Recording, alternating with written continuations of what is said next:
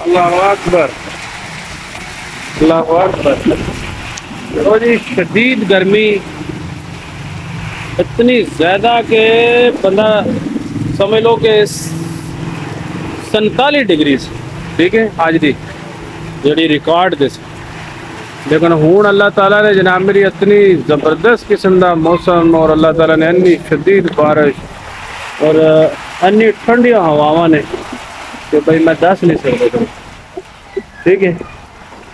वो गरजो चमकना, ठीक है ना उतों, बड़ा ही प्यारा मौसम माशाल्लाह माशाल्लाह। हाँ देखो साउंड तुम सुन रहे हो कि पहला नेरी आई बहुत ज़्यादा,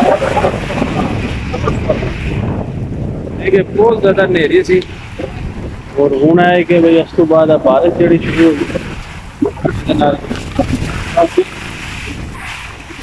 हूँ तो इस तरह जिसम को ना ठंडी पा लगती ठंडी, पिछले भी आई फुल बारिश।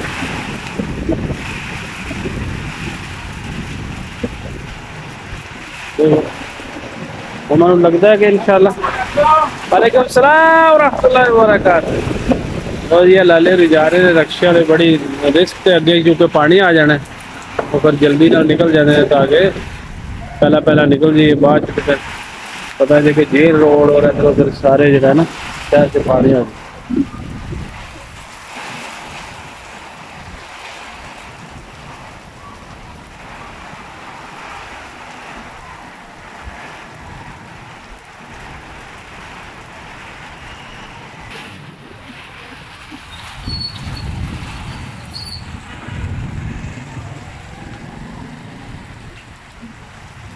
बिजली खूब चमकती है पे आसमानी बिजली जड़ी है ना वो बड़ी खतरनाक, वो बहुत ज़्यादा चमकती है।